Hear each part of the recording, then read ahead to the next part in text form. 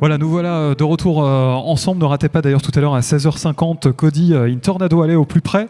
On plongera notamment au cœur de la Tornado Alley de nouveau. Vous la connaissez bien, Tony. Et on verra la naissance spectaculaire d'une tornade. Rendez-vous donc à 16h50. Le radar météo, les précipitations comme boussole pour les chasseurs d'orage, c'est le thème de cette conférence avec toi, Tony. Bonne conférence. Oui, merci. Je rappelle que tu es ingénieur au Centre de météorologie spatiale à Lannion, dans les Côtes-d'Armor, pour Météo France. Exactement. Donc oui, bonjour à tous, ou rebonjour pour ceux qui étaient là déjà tout à l'heure. Moi je travaille à Météo France à Lannion, donc dans la météorologie spatiale en recherche, et précédemment mon travail était plutôt porté sur les radars, et donc c'est un peu c'est le thème en fait que j'ai choisi de vous présenter ici, et notamment vous parler des signatures radars de la convection, mais pas n'importe lesquelles, celles qui sont un petit peu cachées et qui peuvent bien aider finalement éventuellement les chasseurs d'orage et aussi les prévisionnistes à diagnostiquer la convection. Alors évidemment, tout le monde n'est peut-être pas au courant de ce que c'est un radar, de ce que c'est une image radar, mais je pense que tout le monde en a déjà vu. Et pour ça, il suffit simplement de regarder la télévision. Généralement, ça fait partie de l'introduction du bulletin, de parler du temps qu'il a fait dans la journée. Et ici, vous avez par exemple une image radar sur l'ensemble de la France, donc qui est une image composite faite avec l'ensemble des radars présents sur la métropole, et qui donne donc un état, l'évolution des précipitations sur la journée qui ont été effectivement observées. Alors depuis le début de l'année dernière, les données des radars de Météo France sont mises à disposition gratuitement, ce qui fait qu'on retrouve maintenant sur plein de sites internet, on retrouve ces images radars, donc vous avez tout le loisir d'aller les regarder par vous-même. Donc j'ai cité ici quelques exemples avec Infoclimat, qui même les diffusait bien avant via un partenariat directement avec Météo France, Météo Ciel, Météologix, Kéronos aussi, qu'on a vu déjà plusieurs fois intervenir ici. Alors, qu'est-ce qui est intéressant quand on a une image, quel est l'intérêt des données radar? Alors là, je vous présente deux cartes avec à gauche un cumul de précipitations donc sur 24 heures mesuré par les radars, et le même cumul mesuré par les pluviomètres. Donc les pluviomètres mesurent directement la précipitation et ils la récoltent comme un seau, si vous voulez. On mesure les quantités qui sont tombées.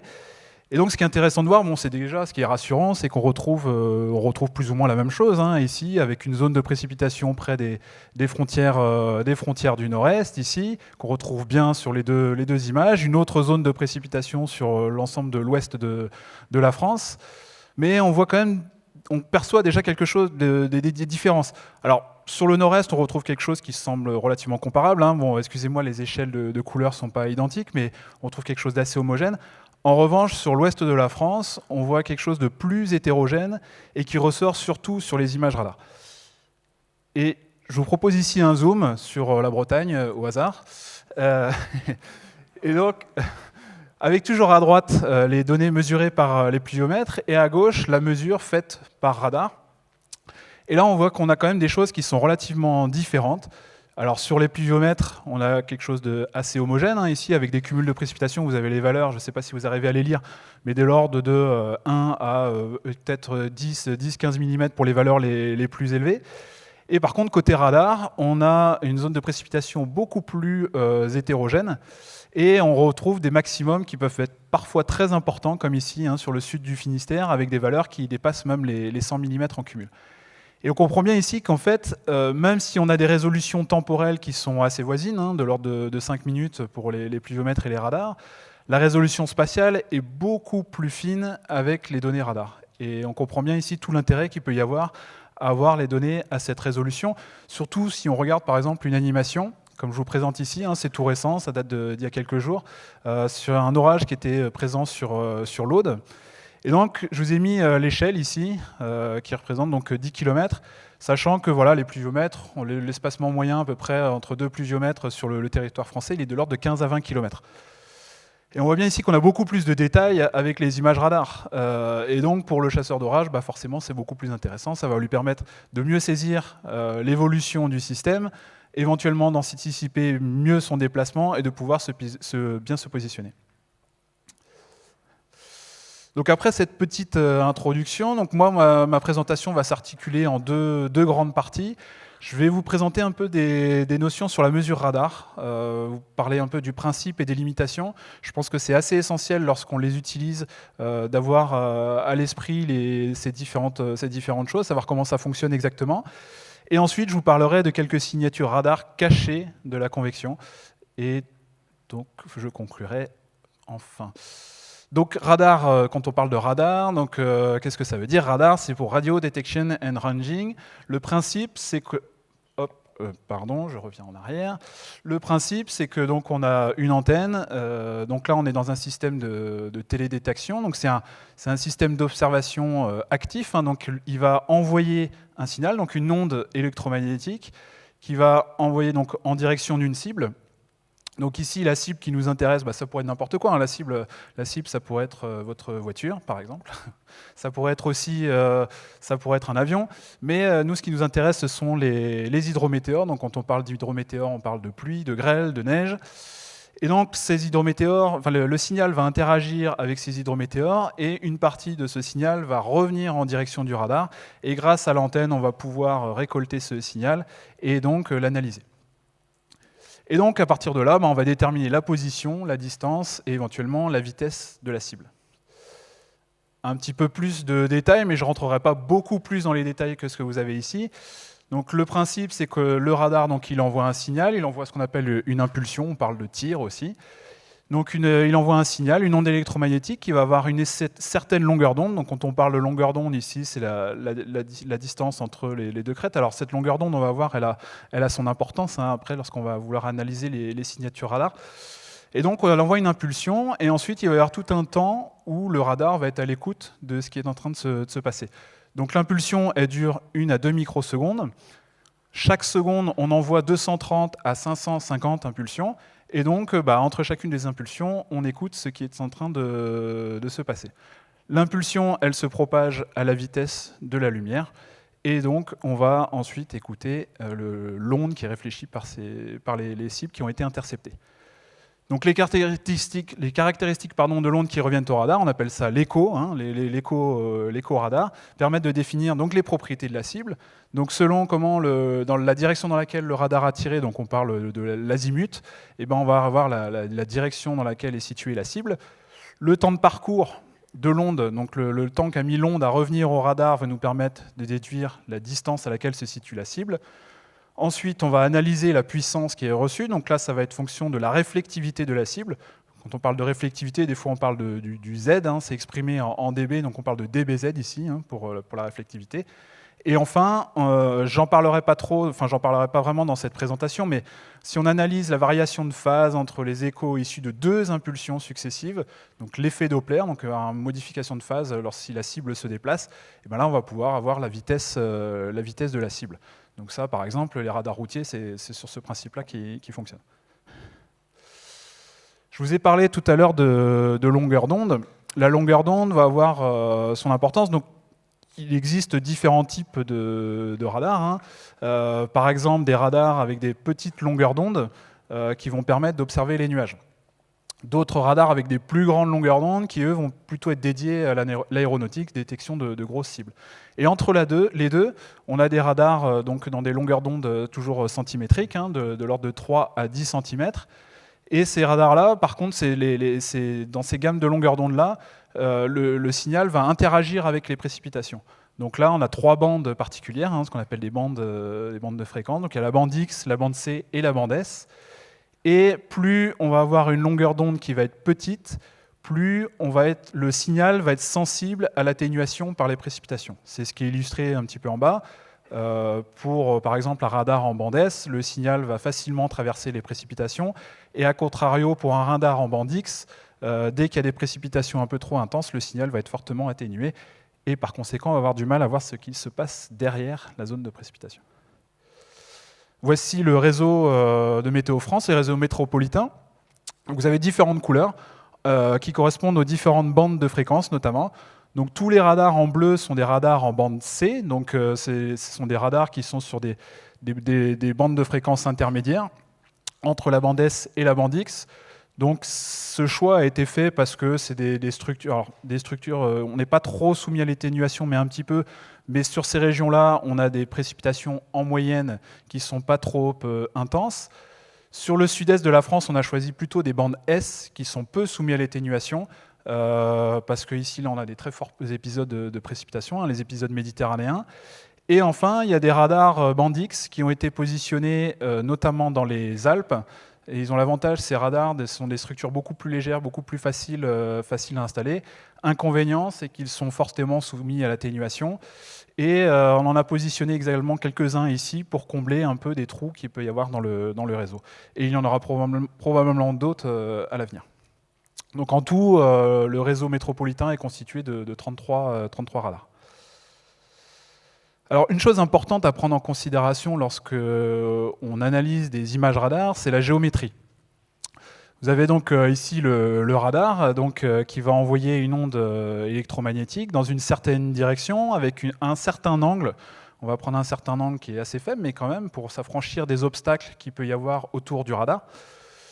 Et il faut savoir aussi que ce faisceau radar, il n'est pas ponctuel, comme pourrait l'être un peu le laser avec lequel je pointe ici.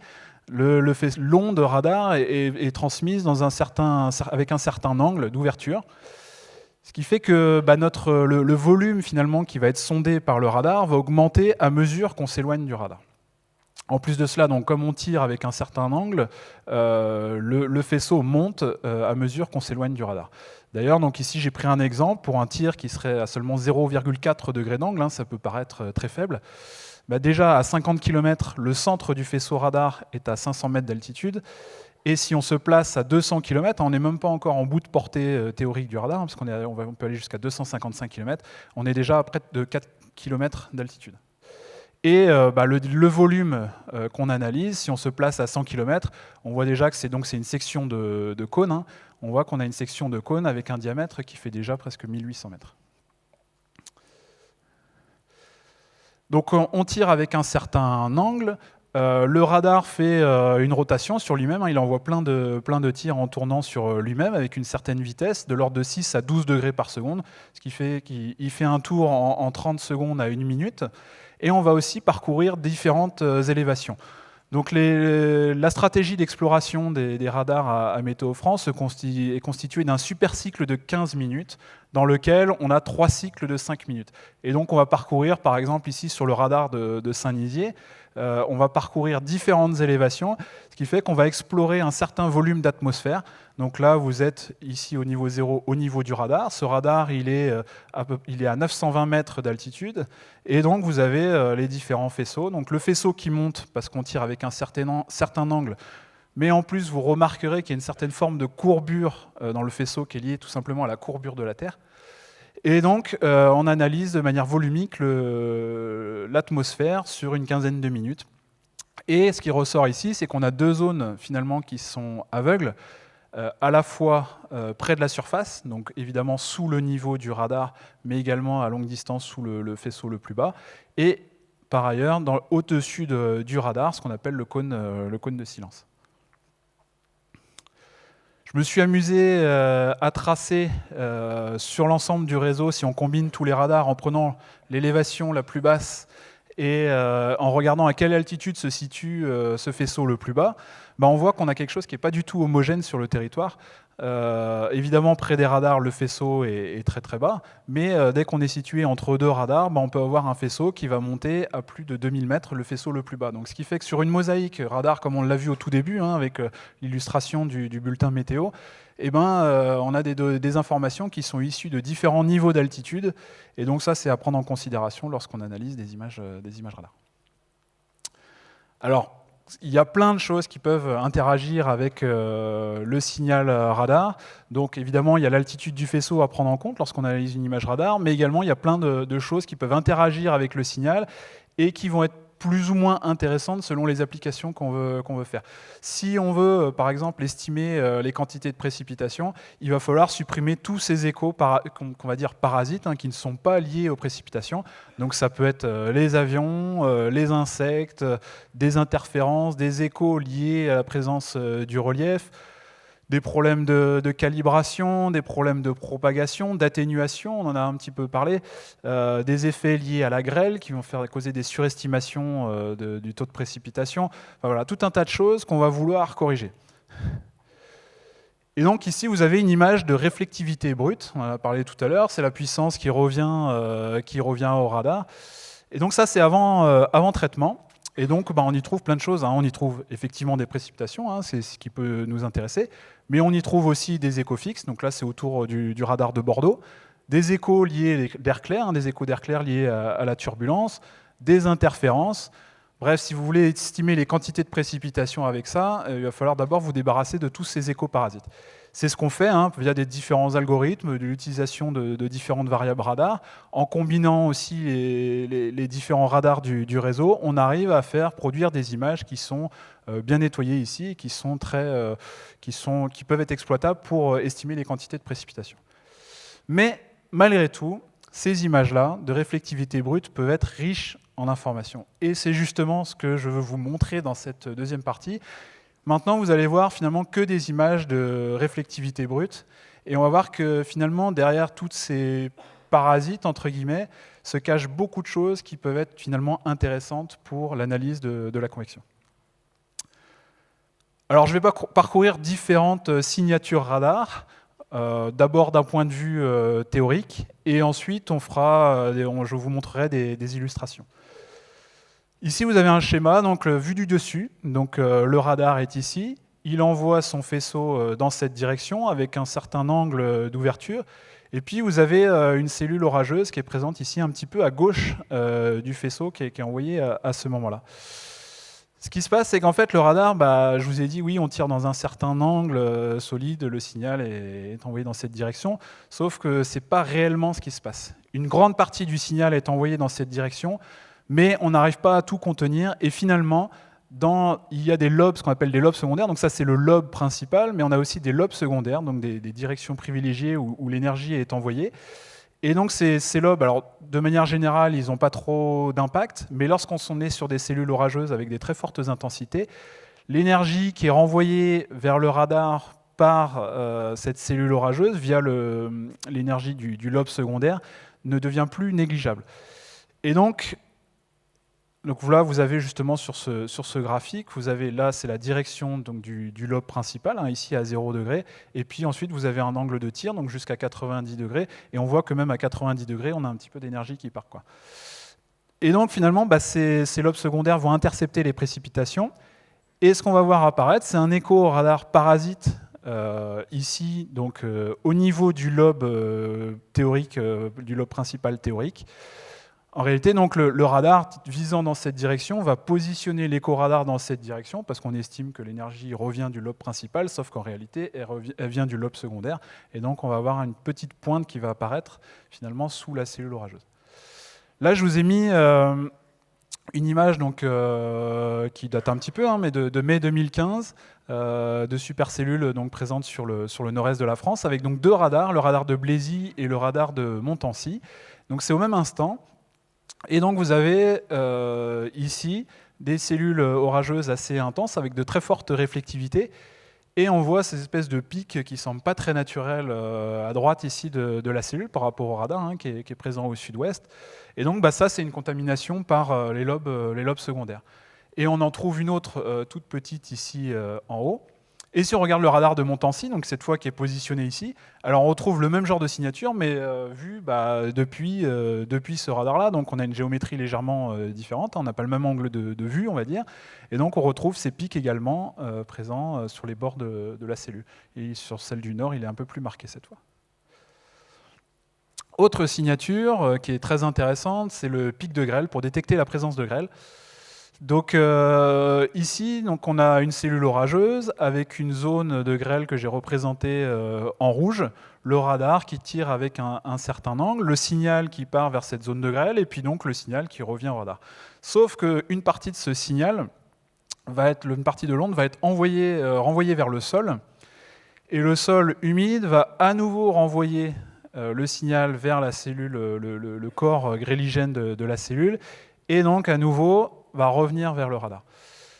Qu'est-ce qu'il en résulte? C'est qu'en fait, le faisceau, il a parcouru un trajet beaucoup plus important, et le radar, lui, s'appuie sur le temps de parcours du faisceau pour estimer la distance à laquelle se situe la cellule orageuse. Donc lui, finalement, il va positionner un écho qui va être bien plus loin que la cellule orageuse en elle-même. Une illustration, toujours là sur le nord-est de la France, c'est sur le même cas en mai 2015, le radar de Montancy. Vous avez plusieurs cellules avec des corps gréligènes très intenses, et vous avez des pics comme ça à l'arrière des cellules. Donc contrairement à tout à l'heure où on avait des pics sur les côtés, d'ailleurs ici vous remarquerez il y a à nouveau une très belle contamination par lobe secondaire sur cette cellule-là. Et par contre, là, on a des pics qui se produisent plutôt à l'arrière des cellules orageuses. Donc ici, ils sont très bien identifiables. Et un autre cas que je vais vous montrer ici en animation, donc cette fois c'est sur l'Aude, où on voit, donc, vu depuis le radar de Toulouse, on voit ici un pic qui apparaît ici sur la cellule la plus intense, et donc qui marque la présence de grêle.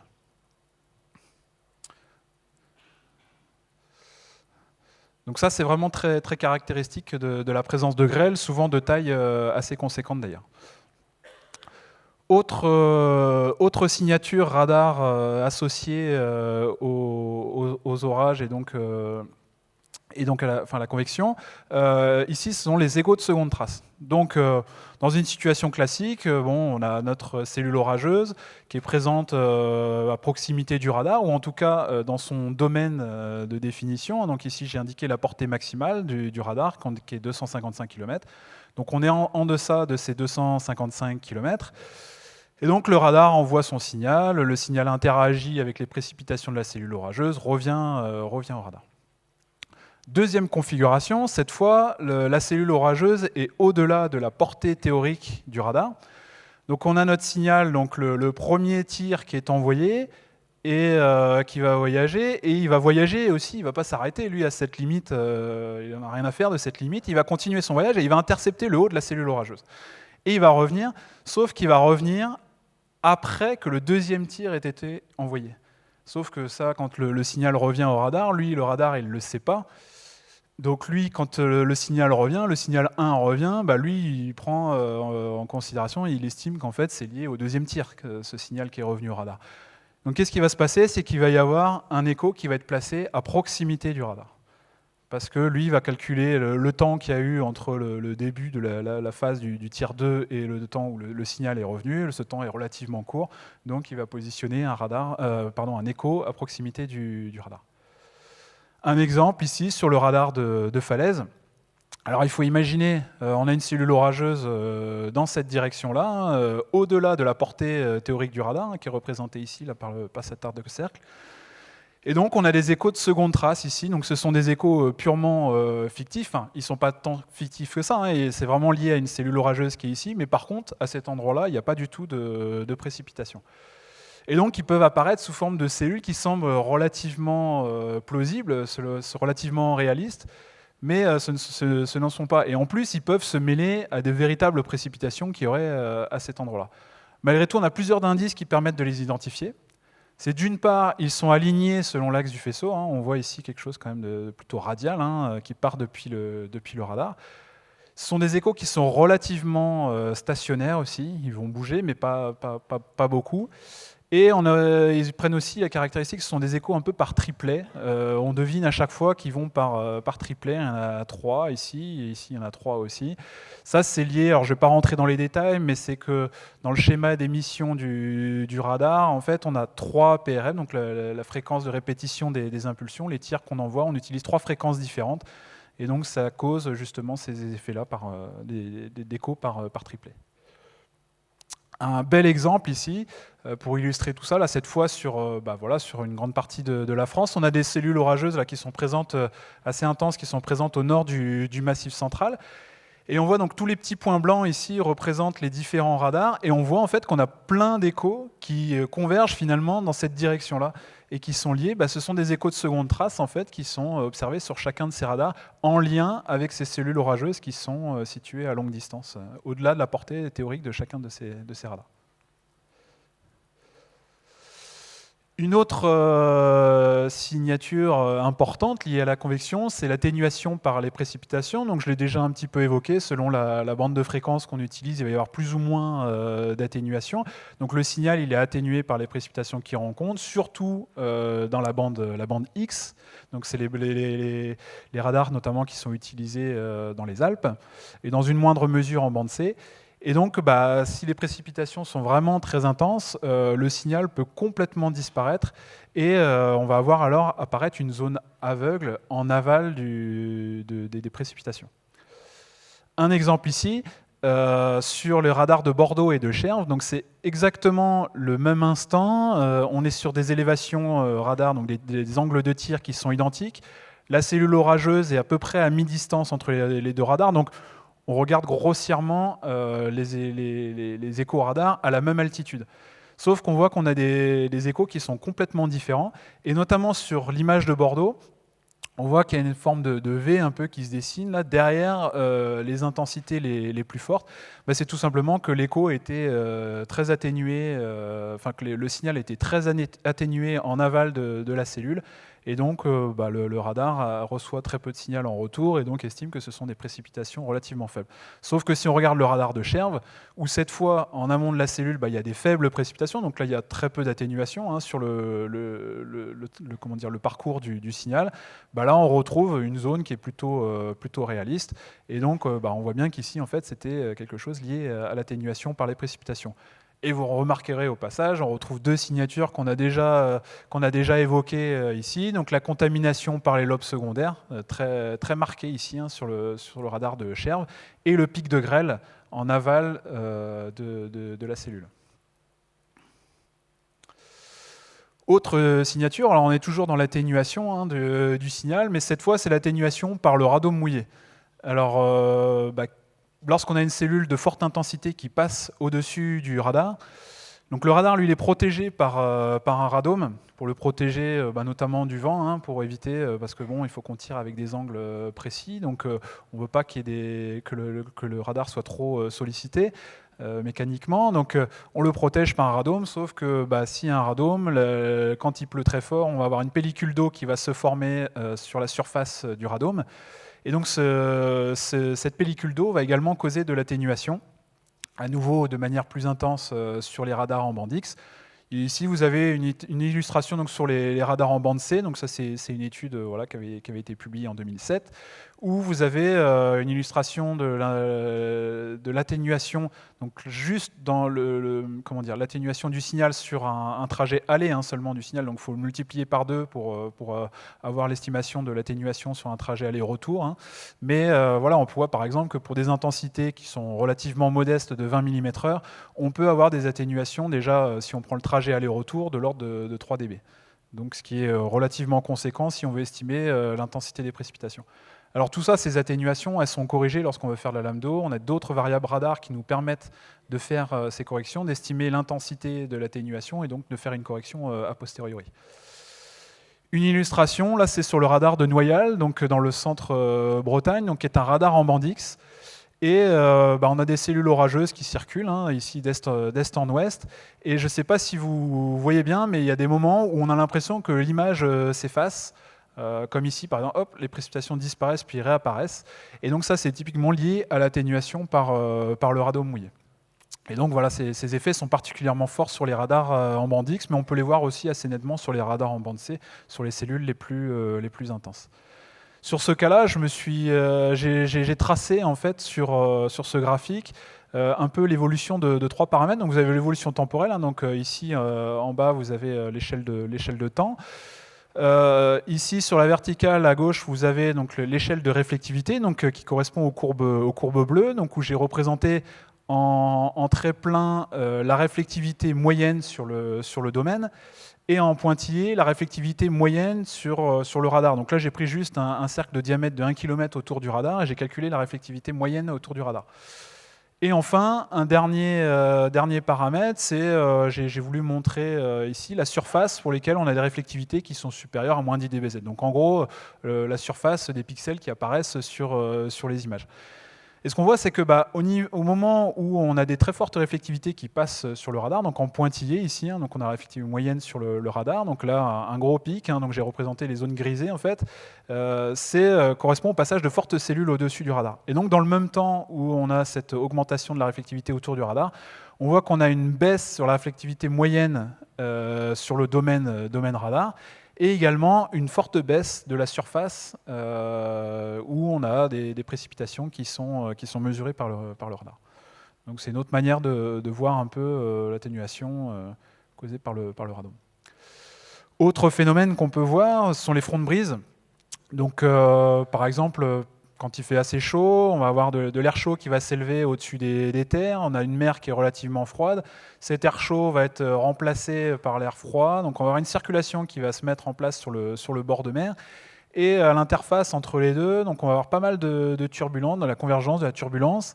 Et donc on va avoir ce qu'on appelle un front de brise, donc, qui va correspondre un peu à la zone tampon entre l'air chaud et l'air froid et humide venant de la mer. Et donc cette convergence et cette turbulence vont générer de faibles échos radars. Et donc au passage, ce front de brise on a des ascendances au niveau de ce front de brise, donc on peut avoir des cumulus qui apparaissent et éventuellement même des cumulonimbus si l'instabilité est suffisamment forte.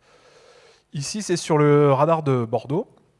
Alors c'est beaucoup plus ténu à observer, mais vous avez deux fronts de brise. Un front de brise qui est présenté donc ici. On peut voir une ligne qui semble se distinguer. On le verra mieux sur l'animation après. Et un autre front de brise présent ici sur l'estuaire de la Gironde. Et donc on va le regarder en animation. Et donc on voit que ce front de brise, il progresse vers l'intérieur des terres. Alors ici aussi, il progresse vers l'intérieur des terres. Et si vous regardez bien, donc on a des cellules orageuses qui apparaissent. On va avoir notamment une cellule orageuse qui apparaît sur le Médoc, justement au niveau du front de brise. Donc là où on a de la convergence et donc des ascendances causées par cette convergence. Donc c'est à nouveau quelque chose qui peut être intéressant à suivre, la progression du front de brise pour vraiment repérer où est-ce que la convection pourrait s'enclencher. Donc on a parlé de lignes de convergence, donc lignes de convergence, deux régimes de vent différents qui se rencontrent, qui vont générer des ascendances. Et ces lignes de convergence, on peut les trouver aussi bien dans l'intérieur des terres, lorsqu'on a des limites frontales par exemple. Et ici, c'est un autre cas, donc sur le radar de Trappes, où on a des vents de nord-nord-est, donc plutôt sur la région parisienne, et au contraire, on a des vents qui poussent du sud, plus au sud de la région. Et entre les deux, on se retrouve donc avec une ligne de convergence des vents, et donc qui va très bien être perçue ici sur le radar. Donc on a un cas d'école ici où on voit très bien en fait cette ligne de convergence, et donc qui va finalement, dans ce cas-là, favoriser le déclenchement de la convection en soirée. On verra l'animation de ce cas un peu plus tard. Autre signature qu'on peut voir, qui est toujours en lien un peu avec ces lignes de convergence, d'une certaine manière, ce sont les courants de densité. Donc ici, vous avez un cumulonimbus. Donc, pour faire les choses de manière très simple, dans le cumulonimbus, on a une colonne ascendante qui va être la zone d'alimentation de l'orage. Une zone où on va avoir les précipitations et où on va avoir des courants plutôt descendants. Et ce courant descendant froid et humide va avoir tendance à s'étaler lorsqu'il arrive au niveau du sol. Et donc à l'avant, on va avoir un front de rafale à l'interface entre l'air chaud qui arrive et donc l'air froid qui s'étale, donc un front de rafale. Et donc ici, ce courant qu'on appelle ce courant de densité, parce qu'il est très dense, très froid, très humide, et donc qui s'étale près du sol.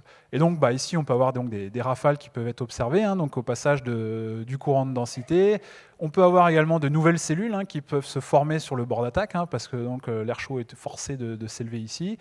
Et il est aussi bon de savoir que si le courant de densité part trop en avant de la cellule orageuse, il va y avoir tendance à couper cette alimentation, et donc on peut s'attendre au déclin de la cellule orageuse dans les minutes qui viennent. Une illustration ici sur le radar de Noyal. Donc le courant de densité, là c'est à nouveau pareil, on le verra mieux sur l'animation, mais c'est assez ténu, mais en fait ça correspond à cette ligne bleue là, bleu foncé, donc à l'avant de ces cellules orageuses. Et donc, souvent, ce courant de densité, c'est un peu comme une ligne de convergence, matérialise par une ligne assez fine. Et donc, il peut se propager plus ou moins dans toutes les directions autour de l'orage, mais préférentiellement dans son déplacement, comme on va le voir, dans son sens de déplacement, comme on peut le voir ici. Et il peut même persister après la mort de la cellule, ce qui peut favoriser éventuellement le développement de nouvelles cellules plus tard, quoi. Et donc voilà, vous avez l'animation ici, donc avec ces cellules là qui progressent, et on voit ce courant de densité à l'avant là qui se détache, donc une ligne très fine. Et ce qui est intéressant à noter sur ce cas-ci, en fait, c'est que sur la partie nord, le courant de densité reste relativement proche de la cellule orageuse, et donc les cellules gardent une vigueur relativement importante. En revanche, au sud, lorsque le courant de densité se détache, les cellules ont tendance à mourir très rapidement. Donc en fait, l'alimentation est complètement coupée, et donc on a des cellules qui meurent. On va y arriver. Voilà. Et des fois, on a tout ça qui se combine un petit peu. Ici, la ligne de convergence que je vous avais présentée tout à l'heure, et un très beau courant de densité, ici d'une cellule très intense, qui se propage cette fois un peu à l'arrière de la cellule, un peu dans toutes les directions ici. Et donc les deux peuvent interagir et éventuellement entraîner la formation ou le renforcement de nouvelles cellules, mais aussi entraîner l'atténuation d'autres. Et donc là, vous avez l'animation de cette cellule, enfin de cette situation-là, qui est assez complexe, hein, mais qui est assez remarquable, parce que notamment sur cette situation, il y avait une tornade qui avait été observée à Étampes par Christophe Asselin, donc, dont vous avez une photo présente ici. Et donc ce qu'on voit, c'est que le long de la ligne de convergence ici, qui a tendance finalement après à repartir vers le sud, on voit qu'on a plein de cellules orageuses qui se forment là en soirée, et on a ce courant de densité issu d'une cellule voilà, qui part vers l'est ici, qui vient intercepter cette cellule ici. Et probablement que en fait, la tornade a été causée par justement l'ingestion de ce courant de densité par la cellule orageuse. Donc le courant de densité sur son bord d'attaque, il y a du tourbillon horizontal qui se forme, et ce tourbillon a été aspiré, a été converti en tourbillon vertical, et a probablement donc généré la formation de cette tornade qui était relativement brève, il me semble. Et pour finir, une petite animation qui montre un peu du tout en un. Donc une animation du 26 mai 2018 où on avait un beau écho qui remontait du sud. Là, on est sur le radar de Cherves, dans l'ouest de la France. Donc un beau écho qui remonte du sud, donc une structure orageuse en arc un peu, hein, avec des vents très, très intenses. Une super cellule qui se propage à l'avant. Mais on a plein de signatures radar un petit peu cachées. Alors on a évoqué tout à l'heure la contamination par les lobes secondaires. Au tout début, on en voit justement par ici. On voit des effets d'atténuation ici. Donc tous les stries qu'on voit, c'est l'atténuation par les précipitations. On voit l'atténuation par le radeau mouillé au passage de la cellule. Hop, voilà tout qui semble s'éteindre sur l'image radar. On y voit aussi une ligne de convergence ici qui se propage là. Enfin voilà, on y voit plein de choses. Et donc voilà, c'est un peu l'idée, c'est de montrer que justement sur une image de réflectivité brute, il y a beaucoup de choses à analyser, et c'est riche en informations. Donc pour conclure, je pense que tous les chasseurs d'orage seront d'accord pour dire que le radar, c'est l'outil le plus important pour, d'une part, la détection, le suivi et l'anticipation des orages. Derrière les données de réflectivité brute, on a beaucoup d'indices qui peuvent être utiles à la prévision et la caractérisation des phénomènes convectifs. Donc, on a vu les lignes de convergence, les courants de densité, la grêle, beaucoup de signatures intéressantes. Et alors, il y a plein d'autres signatures radar que je n'ai pas évoquées ici. Hein. On pourrait parler des vitesses radiales, donc les vitesses Doppler, des variables, ce qu'on appelle les variables polarimétriques. Alors, je ne vais pas rentrer dans les détails, mais il y aura encore de quoi bien discuter pendant un bon petit moment. Mais ça, ce sera peut-être pour une autre édition du festival. Merci à vous, et je prends vos questions avec plaisir.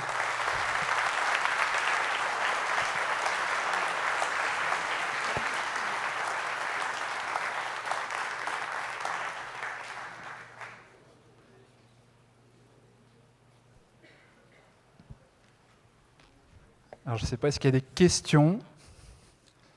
N'ayez pas peur. Je vois un bras levé, 2, même 3. Tout en haut, là. Ouais.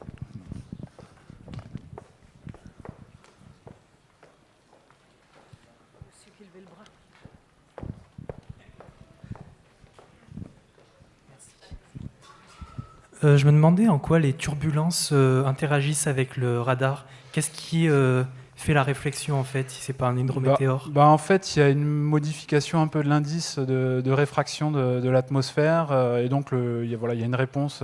Du coup, le signal se propage plus ou moins bien, et donc il y a de la rétrodiffusion qui se fait, donc le signal a tendance à revenir en partie au radar. Voilà. Ok, merci.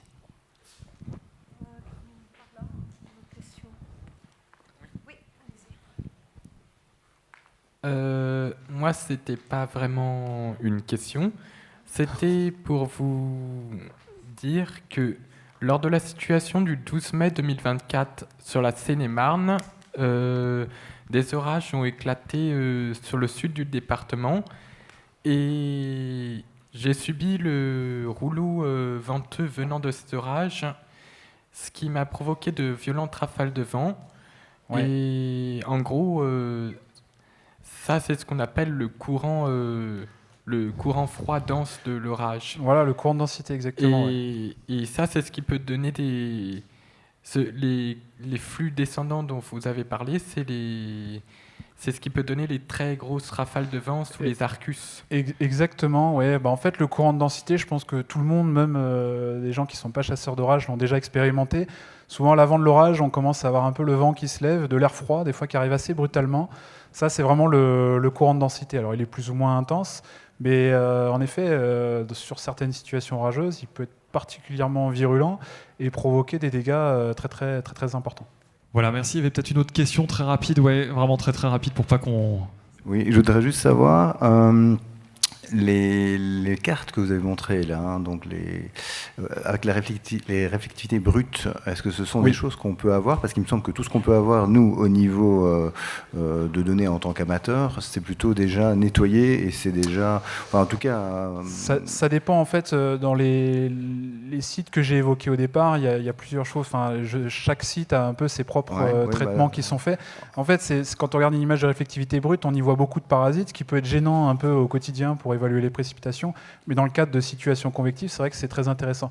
Mais les réflectivités brutes que je vous ai montrées là, c'est fait à partir de données brutes qui peuvent maintenant être téléchargées gratuitement sur le site de Météo France, mais après, moyennant des connaissances aussi un petit peu en informatique pour pouvoir représenter ces images, enfin représenter sous forme d'images, quoi. Mais donc on peut les avoir sur les différents, que ce soit météo-ciel, que ce soit météorologique, que ça soit... Après, je connais pas les traitements internes qui sont faits à Météo-ciel ou Kéronos. Enfin, Kéronos pourrait peut-être en parler, mais évidemment, il y a des traitements qui sont faits et là, on a vraiment des données quasiment les plus brutes possibles, quoi. D'accord, merci. Merci beaucoup Tony Lebastin, et je fais remarquer que cette photo est prise en Bretagne. Exactement, voilà. À Plougrescan. Donc comme quoi il y a des orages en Bretagne, je me fais chambrer depuis que je suis arrivé, mais il y a des orages en Bretagne. Deux Bretons sur scène pour parler d'orage, c'est quand même pas très commun, on est d'accord. Merci beaucoup Tony. Dans quelques instants... Merci à vous. Ouais, merci.